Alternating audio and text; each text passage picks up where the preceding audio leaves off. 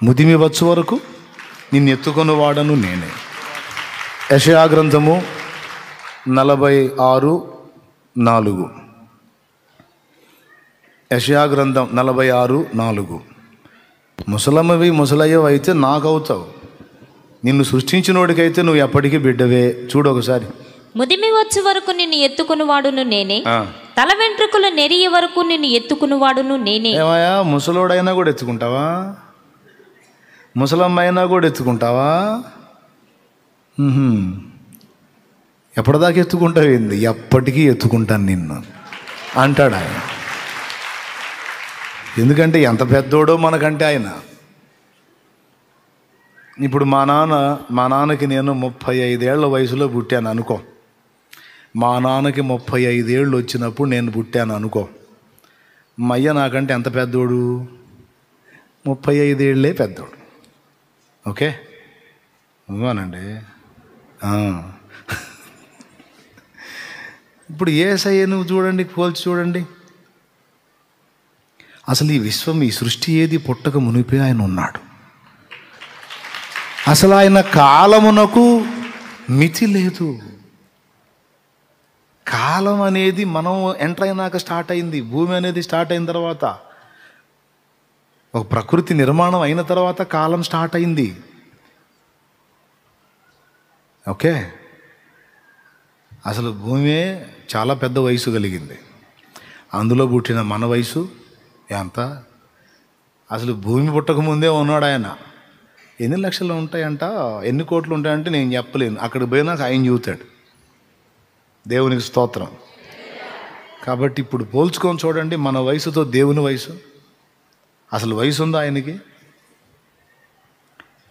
కాబట్టి అనాది నుండి, అంటే ఆది అనేది లేని అనాది నుండి ఆయన ఉన్నవాడు గనక ఆయన వయసు ఇంతని లెక్క వేయడానికి అవకాశం లేదు గనక, మనకంటే ఒక పుట్టుక ఆరంభం ఉంది, ఒక అంతం కూడా ఉంది. కాబట్టి మనకు లెక్క వచ్చింది, కానీ ఆయనకి లెక్క లేదు.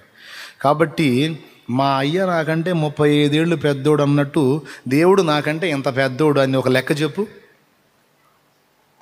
దేవుడు నాకంటే ఇంత పెద్దోడు అని ఒక లెక్క చెప్పు. చెబుతావా? నువ్వే కాదు, ఆదాము కూడా చెప్పలేడు. పరలోకంలో దేవదూతలు కూడా చెప్పలేరు. అందరికంటే ముందున్నవాడు, ఆదియు అంతము నేనే అన్నాడు.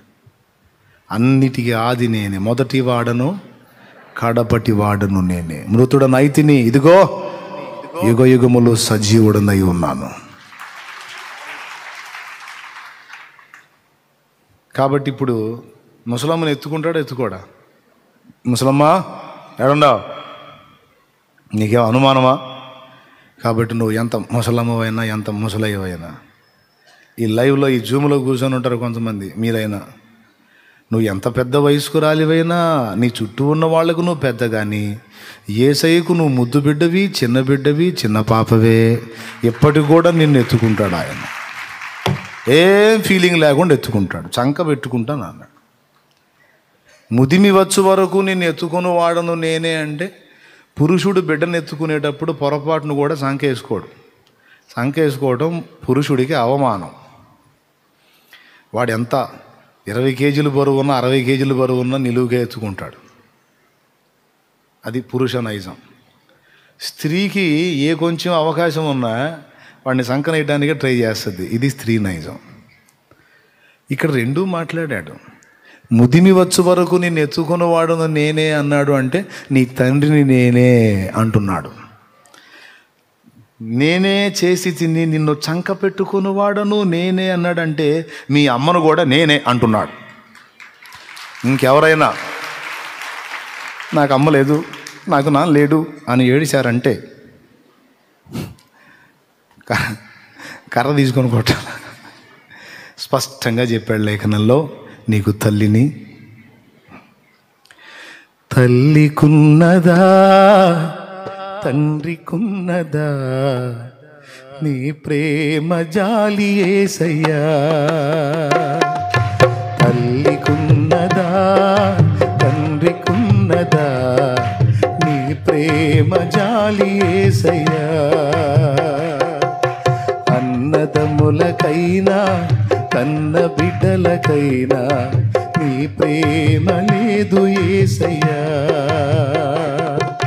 తల్లికున్నదా తండ్రికున్నదా నీ ప్రేమ జాలి యేసయ్యా.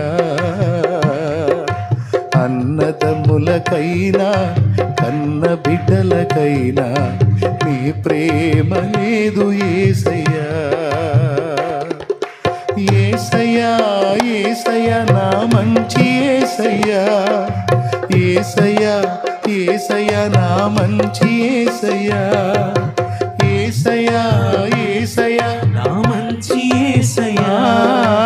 యేసయ్యా యేసయ్యా నా మంచి యేసయ్యా. తల్లికున్నదా తండ్రికున్నదా నీ ప్రేమ జాలి యేసయ్యా. హల్లెలూయా. కాబట్టి అమ్మా నాన్న నీకున్నా, యేసయ్యే నీకు నిజమైన అమ్మా నాన్న. అమ్మా నాన్న నీకు లేకపోయినా యేసయ్యే నీకు తల్లి తండ్రి. కాబట్టి నువ్వు యవనుడివైనా యవనస్తురాలివైనా నడి వయసోళ్ళైనా ముసలోళ్ళైనా రేపు మాప పోయి ఏ స్థితిలో ఉన్నా నువ్వు యేసయ్య కొడుకువి, దేవుని కొడుకువి, దేవుని కూతురువి. దేవుడు రాజు గనక నువ్వు రాజువి రాణివి. కాబట్టి ఎప్పుడయ్యావో రాజువి రాణివి, యువరాజు యువరాణివి? బాప్తిస్మం పొందినప్పుడు అధికారం వచ్చింది. ఎందుకంటే విశ్వాసాన్ని క్రియాత్మకంగా వ్యక్తపరిచావు గనుక, ప్రభువుని నేను విశ్వసిస్తున్నాను, ఆయనే నా రక్షణ ఆధారం, నేను ఆయన సంతానం అని దత్త పుత్రత్వం కొరకు నువ్వు వేసావే అడుగు, అద్భుతమైన అడుగు. అది నీ లైఫ్లో టర్నింగ్. స్తోత్రం. ఏంటది? అది రక్షణ పొందటం. అక్కడ ఒక మలుపు తిరిగింది నీ చరిత్ర. తండ్రి పేరు మారిపోయింది. లోకరీత్యా అదే తండ్రి కొనసాగుతున్నా ఆధ్యాత్మిక ప్రపంచంలో, ఆత్మ సంబంధమైన ప్రపంచంలో నీవు దేవుని కొడుకుగా, దేవుని కూతురుగా చలామణి అవుతున్నావు. దేవునికి మహిమ. గట్టిగా చెప్పండి. అధికారం వచ్చింది, ఇప్పుడు అర్హత కూడా నీకు రప్పించాలి. అందుకే అసలు ఈ అర్హత అవసరం లేకపోతే బాప్తిజం పొందిన వెంటనే ఒక్కొక్కళ్ళని లేపేసేవాడు. బాప్తిజమానికి రాగానే నీళ్ళలో మునిగి అట్లా మునగటం, ఇంకా బాడీ లేవటం, ఇంకా ఆత్మ వెళ్ళిపోయేది ప్రశాంతంగా. కానీ అవకాశం లేదు, ఉండాల్సి వచ్చింది. ఇంకా మనం ఎందుకు ఉండాలి? ఏం చేయాలి? పిల్లలకు పెళ్లి చేయొద్దు, వాళ్ళకి పిల్లలు పుడితే మనవాళ్ళని మనవ సంతానాన్ని చూడొద్దు, అబ్బాయికి ఉద్యోగం రావద్దు. ఇందుకోసం కాదు, ఇవన్నీ ఏదో భౌతికంగా అనుబంధానికి ఏర్పడ్డ బాధ్యతలు. అసలు ఎందుకు ఉంచాడు ఇంకా నిన్ను నన్ను భూమి మీద అంటే, నీలో నాలో ఆ కొడుకుకి కూతురికి అధికారంతో పాటు అర్హత ఎంత అవసరమో, ఎవరికి? రాజుగారి పిల్లలకి. రేపు మనం కూడా అక్కడికి పోయినప్పుడు మనం కూడా పాలించటానికి, ఏలటానికి అర్హత అవసరమై ఉంది. కొన్ని కొలతలు మనకు అవసరమై ఉన్నాయి. వాటిని మనలో రూపుదిద్దటానికి మనలో పనికిమాలిన కొలతలు చాలా ఉంటాయి. చెత్త కొలతలు, బ్లంట్గా మాట్లాడుతున్నా, చెత్త వ్యవహారాలు, చెత్త కొలతలు చాలా ఉన్నాయి. ఆ చెత్త అంతా వదిలిచ్చి, ఆ పిల్ల చేష్టలు, జిలాకు చేష్టలన్నీ వదిలిచ్చి, అంటే జిలాకు చేష్టలు అంటే మనకు ఈజీగా అర్థమైద్దని అటు చెబుతున్నాలే. స్తోత్రం. పిల్ల చేష్టలు అన్నాను. కొంతమంది వయసుకు పెద్దలే కానీ కొన్ని జిలాగు పనులు చేస్తూ ఉంటారు, ఇప్పుడు కూడా చేస్తూనే ఉంటారు. అవన్నీ పిల్ల చేష్టలు అన్నమాట. రాజుగారి కొడుకు కూతురు, రాజుగారి పిల్లలైనా వాళ్ళు సైతం జిలాగు పనులు చేస్తుంటారు. ఈ చేష్టాలన్నిటిని వదిలించి వాళ్ళకి కాస్త జ్ఞానం, విద్య, బుద్ధులు, పద్ధతులు, విధి విధానాలు అర్థమయ్యేటట్టు గురుకులంలో చేర్చినట్టు మనల్ని యేసయ్య ఈ బడిలో చేర్చాడు.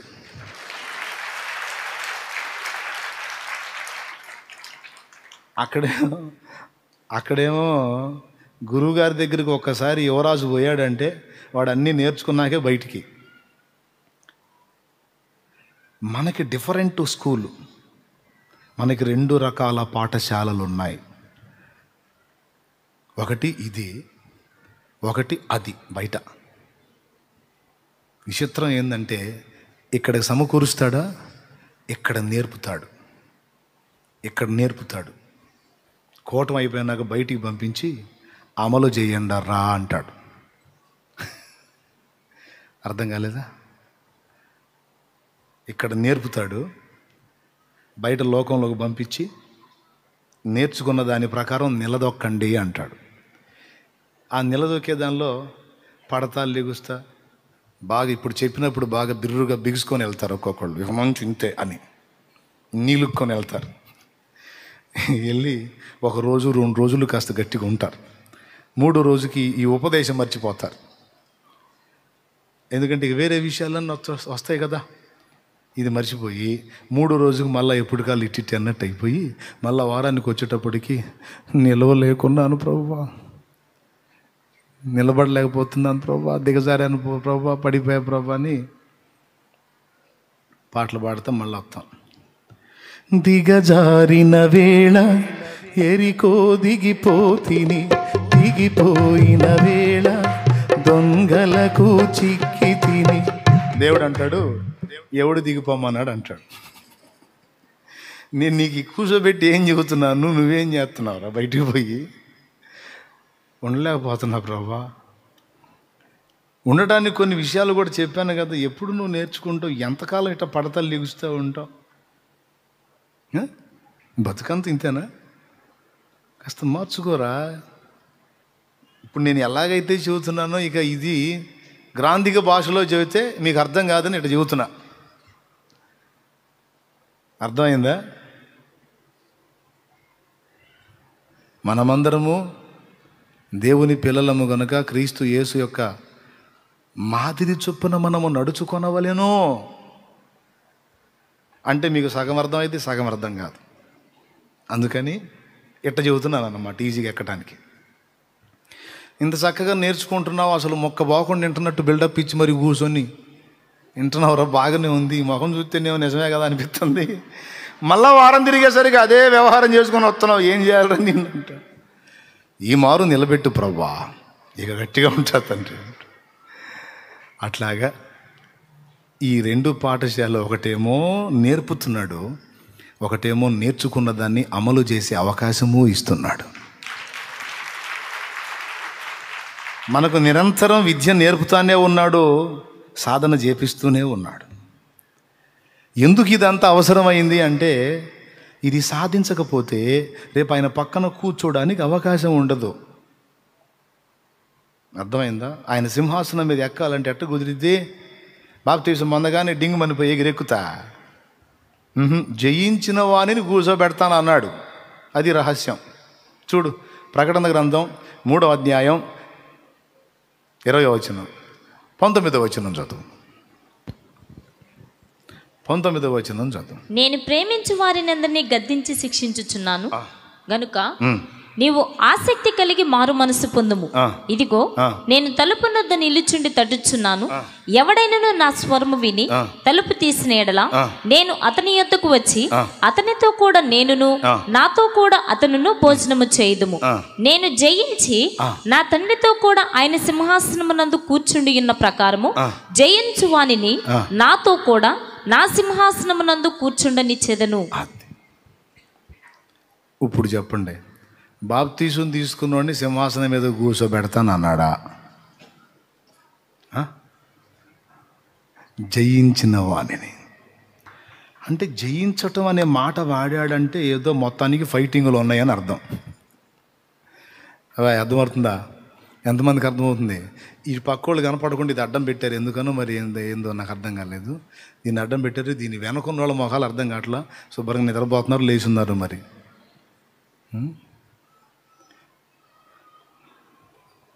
అందరు లైన్లోనే ఉన్నారా? చాలా వందనాలు.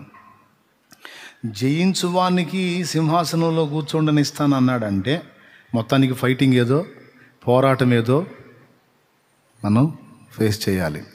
యుద్ధం అంటూ ఉంది అంటే వినాలి వినాలి వినాలి. యుద్ధం అంటూ ఉంది అంటే దానిలో విజయం సాధించడానికి కావలసిన అభ్యాసం కావాలి. ముందు దానిలో అవగాహన పొందితే అప్పుడు యుద్ధ రంగంలో జయం పొందుతాం. దేవుడు ఏమంటాడు తెలుసు? ముందు నేర్చుకో నాయనా, ముందు నేర్చుకో, వ్యూహాన్ని నేర్చుకో, జయించే పద్ధతిని తెలుసుకో, ఎలా ఫైట్ చేయాలో తెలుసుకో, శత్రువు ఎత్తులకు పై ఎత్తులు వేసి వాడిని ఎట్లా చిత్తు చేయాలో, ఎలా ఓడించాలో తెలుసుకో. ముందు నేర్చుకో. నేర్చుకున్న తర్వాత దాన్ని ఆచరణలో పెట్టు.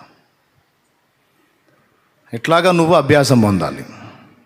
పొంది నీ పిల్ల చేష్టలు, జిలాగు చేష్టలు, పాత ప్రాచీన స్వభావపు విధానాలు ఏవైతే ఉన్నాయో అవన్నీ దొళ్ళగొట్టి, అవన్నీ వెళ్ళగొట్టి, నీ తండ్రిని నేను రాజును గనుక నా కొలతలు ఏవైతే ఉన్నాయో అవన్నీ నీలోకి కూడా వచ్చునట్లు, కొడుకువి కూతురు అవగానే కాదు, నేను పొందిన సామర్థ్యములు కూడా నీవు పొందాలి.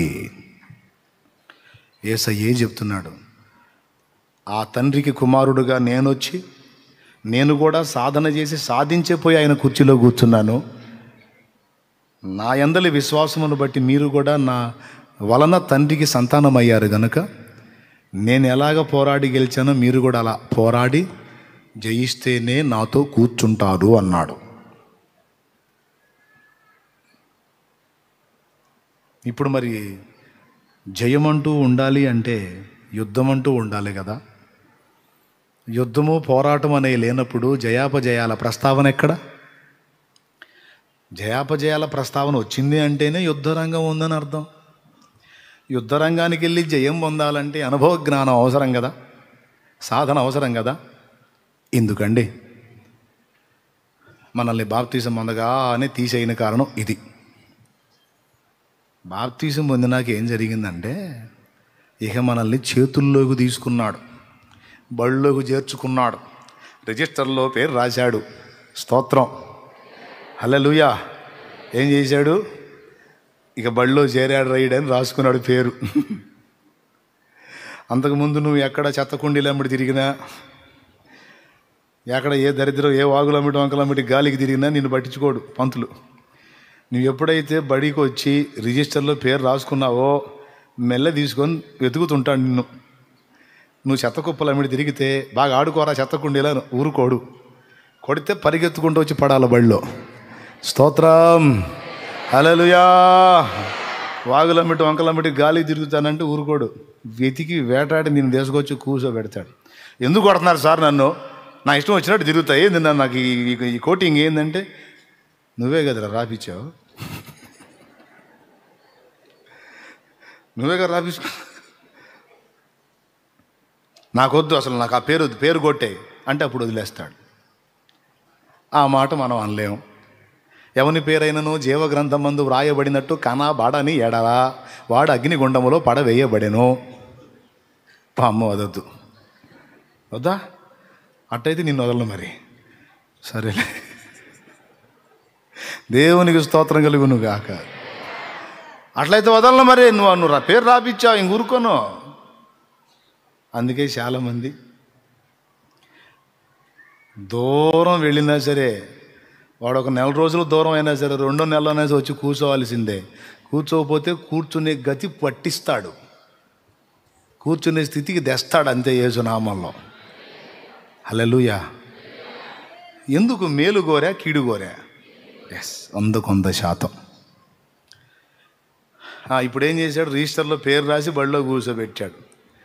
ఇప్పుడు ఇక మనలో 2 చేయాలి. ఆయన పాతవి వెళ్ళగొట్టాలి, ఆయన నూతన స్వభావం, నవీన స్వభావాన్ని మన లోపలికి ప్రవేశపెట్టాలి. మనందరిలో పాతవి ఉన్నాయి, చాలా ఉన్నాయి. ఆ పాతయన్ని వెళ్ళగొట్టడం ఒక పని, యేసు యొక్క వ్యక్తిత్వ సౌందర్యం మనలోకి నింపటం అనేది 2వది. ఈ పని జరగాలంటే పరిచర్య జరగాలి. అందుకే ఈ మట్టి బొమ్మను అడ్డం పెట్టి, ఈ తోలు బొమ్మను అడ్డం పెట్టి పరిశుద్ధాత్మదేవుడు మీ అందరిలో ఆ చక్కడ పని చేస్తున్నాడు. ఆయన మిమ్మల్ని దైవకుమారునికి సంపూర్ణతకు సరిపోయిన సంపూర్ణత గలవారగునట్లుగా మిమ్మల్ని తీర్చిదిద్దడానికి ఈ తోలు బొమ్మల్ని వాడుకుంటున్నాడు అంతే. స్తుతి, మహిమ, ఘనత, ప్రభావములు యుగయుగములు ఆయనకే చెందునుగాక. ఆయనకే ఆయనకే ఆయనకే చెందునుగాక. ఆమేన్. నేను చెక్కబడుతున్నాను. నా ద్వారా వారం వారం ఉపదేశాల ద్వారా మీరు చెక్కబడుతున్నారు. కొంతమంది కామెంట్స్లో తెలియజేస్తూ ఉన్నారు, యూట్యూబ్లో చూసేవాళ్ళు, ఒకప్పుడు మేము ప్రాచీన స్థితిలో కొంచెం అస్తవ్యస్తంగా ఉన్నాం, కానీ మీ నుండి దేవుడు పలికిస్తున్న ఆ మాటల ద్వారా మేము చాలా వరకు సరిచేయబడ్డాం. ఇప్పుడు తిరిగి మా ఆత్మీయ జీవితంలో మళ్ళా మేము తిరిగి పుంజుకోవటం మొదలుపెట్టాం, సరిదిద్దుకోవటం మొదలుపెట్టాం. దేవునితో కొంచెం లోతైన అనుబంధానికి మేము అడుగులు వేస్తున్నామన్నా అని వారు కామెంట్స్లో తెలియజేస్తూ ఉంటే నాకు కూడా కృతజ్ఞతలు చెప్పుకుంటున్నా ప్రభువుకి. కొంచెం వాడుకొని కొంతమందిని నీకు చేరువ చేసుకుంటున్నావు, ధన్యుణ్ణి తండ్రి అని. హల్లెలూయా. సమీపంలోకి తీసుకోవటమే కాదు, మనలో ఆయన స్వరూపాన్ని, స్వభావాన్ని, పోలికను ఏర్పరుస్తాడు. అందుకోసం ఇక్కడ తీసుకొచ్చి ఉపదేశం చేయటమే కాదు, నీ బయట సమాజంలో నువ్వు ఎదుర్కొంటున్న పరిస్థితులను కూడా దేవుడు వాడుకొని నిన్ను నన్ను మనల్ని చెక్కుతాడు.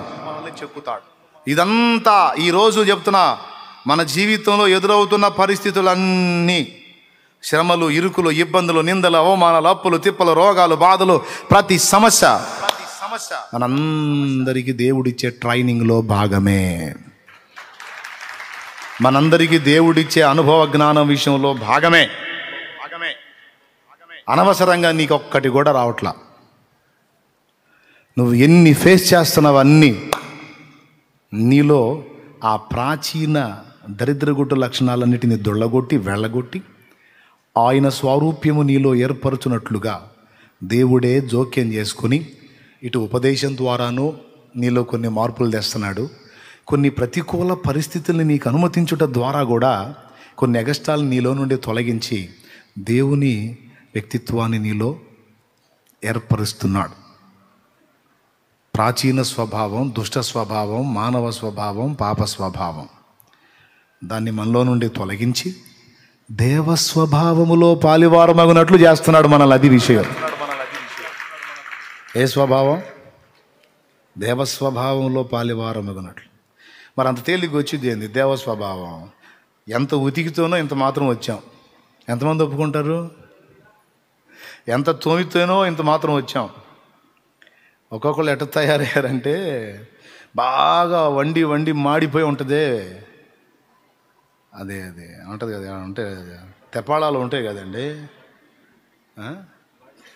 బాండీలా ఏం చెప్తున్నా, డేషాలు బాగా వండి వండి నల్లగా మాడి, లేడీస్కి ఈజీగా అర్థమైతే చెబుతున్నాలే. స్తోత్రం, హల్లెలూయా. మరి రాగివి, ఇత్తడివి మనం ఏం చేయకపోయినా ఇంట్లో పెడితే కొద్ది రోజులకి నల్లగా అవుతాయి. తెలుసా? ఎంతమందికి తెలుసు కదా? ఆ నలుపంతా పోవాలంటే సింపుల్ చిట్కా, 2 వాడితే పోతాయి. చింతపండు కానీ నిమ్మకాయ కానీ. దేవునికి స్తోత్రం, హల్లెలూయా. పులుపు బాధ కదా, యాసిడ్తో సమానం కదా పులుపు. చింతపండులో పులుపు ఉంటుంది, నిమ్మకాయలో కూడా పులుపు ఉంటుంది. అది పెట్టి రుద్దుతా ఉంటే ఆ బ్లాక్ అంతా పోయి షైనింగ్ వస్తుంది. అట్లాగా పులుపు కొంచెం మనకి కష్టంగానే ఉంటుంది కదా. చేదు తర్వాత మనకి ఇబ్బంది కలిగించేది పులుపు. ఆ నిమ్మకాయ గురించి చెబుతుంటేనే ఇప్పుడు నోట్లో నీళ్లు ఊరుతూ ఉంటాయి. అవునా? మీకు చెప్తాను, మీకు దమ్ముంటే మరి ఎన్ని నిమ్మకాయలు తినగలుగుతారు? 1 డజన్ నిమ్మకాయలు తినగలుగుతారా? మన నారింజ పండులాగా, కమలా పండులాగా పై తొక్క తీసి ఆ ముక్కలు తినాలా? ఎన్ని నిమ్మకాయలు తింటారు చెప్పండి? మహా తింటే 2 తింటారా? 1 తింటారా పూర్తిగా? ఆ 1కే ఈ పంటికి ఈ పన్ను ఆనుకుంటుంటే కర్ర కర్ర అంటుంటుంది.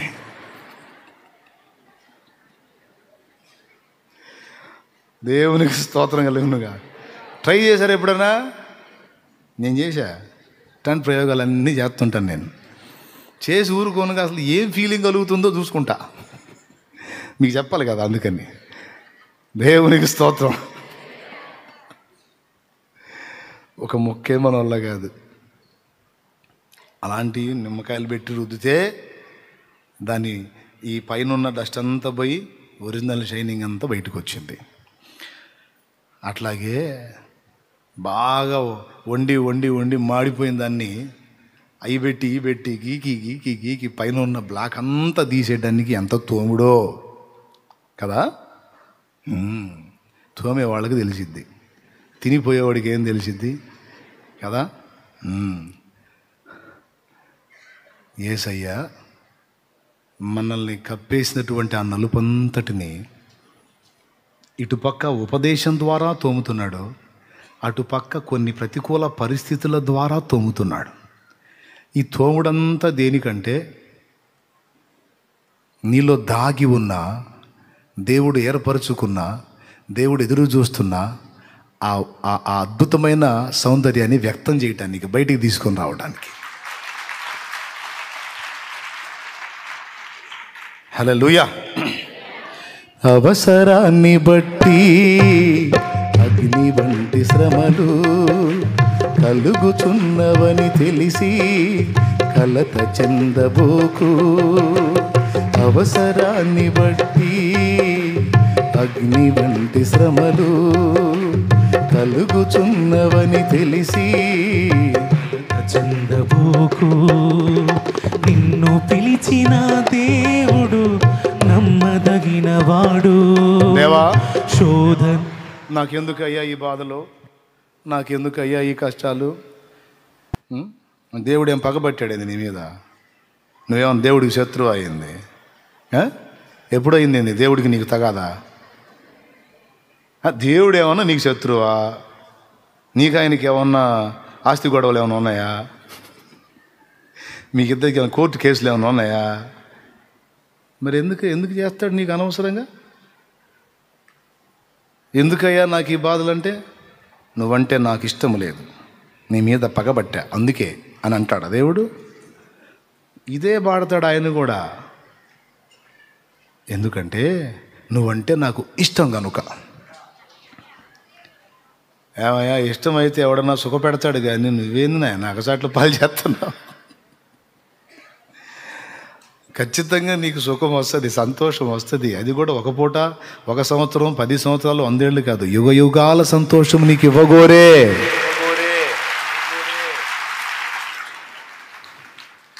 ఏంటి యుగ యుగాల సంతోషమా? మరి అది నమ్మేగా వచ్చావు రక్షణలోకి. ఏమో అక్కడ యుగ యుగాల సంతోషమే కానీ ఇక్కడ భయంకరంగా ఉంది ప్రభువా. ఏముండదు, ఓవర్ యాక్షన్ చేయవాకు.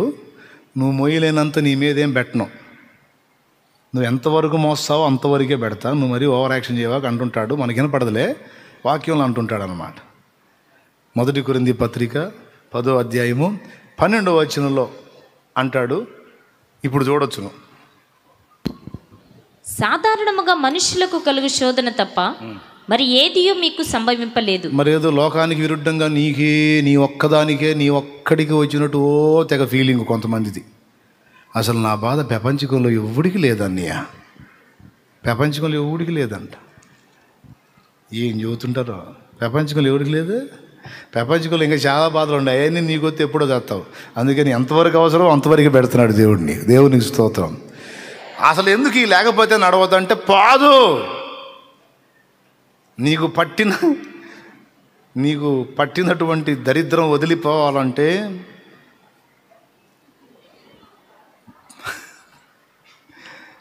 గట్టిగా తోమాల్సిందే. తోమాలంటే తప్పదు, బాధపడక తప్పదు. స్తోత్రం చెప్పు.